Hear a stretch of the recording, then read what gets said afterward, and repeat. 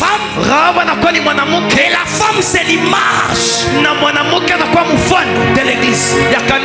Auparavant, la prostituée, c'était nous les nations. Maintenant quand Josué il vient, il doit envoyer des espions. Or les espions qui vont entrer dans la maison de Rahab, c'est des choses. La première des choses, les écritures et l'interprétation. C'est-à-dire la maison de Rahab avait des portes. La première porte, c'était la porte d'en bas. Et la deuxième porte, c'était la porte d'en haut. C'est-à-dire, si vous entrez par la porte d'en bas, vous devrez sortir seulement par la porte d'en haut. Or la porte d'en haut c'est quoi? C'était la fenêtre qui portait les fils cramoisis. En autre terme, la maison de Rahab, c'était la croix. Donne-moi une bonne amie. Est-ce qu'on peut aller? La maison de Rahab, c'était la croix. C'est pour cela, quand vous entrez par la porte d'en bas, pour sortir, vous devrez sortir par la porte d'en haut. Sur la porte d'en haut, il y a les fils cramoisis. Or, fils cramoisis, kamba ya rouge. Or, les fils cramoisis, c'est l'image du sang.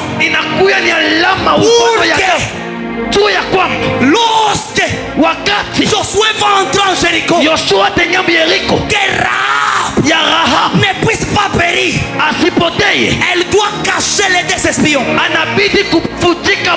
C'est-à-dire, pour que Rahab, qui est l'image de l'église, puisse être rachetée, ou pour qu'elle puisse obtenir les salis, elle doit protéger les deux choses. Les deux choses c'est quoi? C'est les écritures et l'interprétation. C'est-à-dire la parole qui n'est pas interprétée. Cette parole ne donne pas la vie. Mais quand la parole est interprétée, c'est là où la vie commence à entrer. C'est pour cela que vous allez voir, lorsque Jéricho est tombé, la Bible déclare, Josué est rentré en Jéricho. Ils ont commencé à faire mal. Mais Rahab avec sa maison, elle a été épargnée. Pourquoi? Parce qu'elle avait gardé les deux choses. Est-ce que tu peux me donner une bonne amie? Oh là là. Oh là là. Donne-moi une bonne amie. Donne-moi une bonne amie. Donne-moi une amie militaire. Josh, que ça commence à monter. Ok.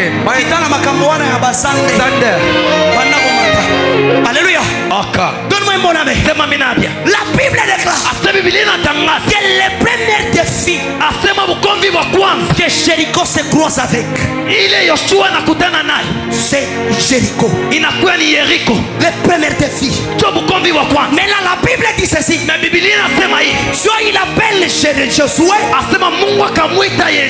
Il lui dit Josué, vous allez contourner. Alléluia. Jéricho pendant 7 jours. Pourquoi 7 jours? Pourquoi 7 fois? Donne-moi une bonne amie. Alléluia. Il dit vous allez contourner Jéricho pendant 7 fois ou pendant 7 jours. Pourquoi les chiffres 7? Les chiffres 7, c'est l'image du chandelier. Or les chandeliers portent 7 lampes. Et les chandeliers c'est quoi? Les chandeliers c'est l'image du Saint-Esprit. Pour que le Saint-Esprit passe en action, le Saint-Esprit a a besoin du bruit.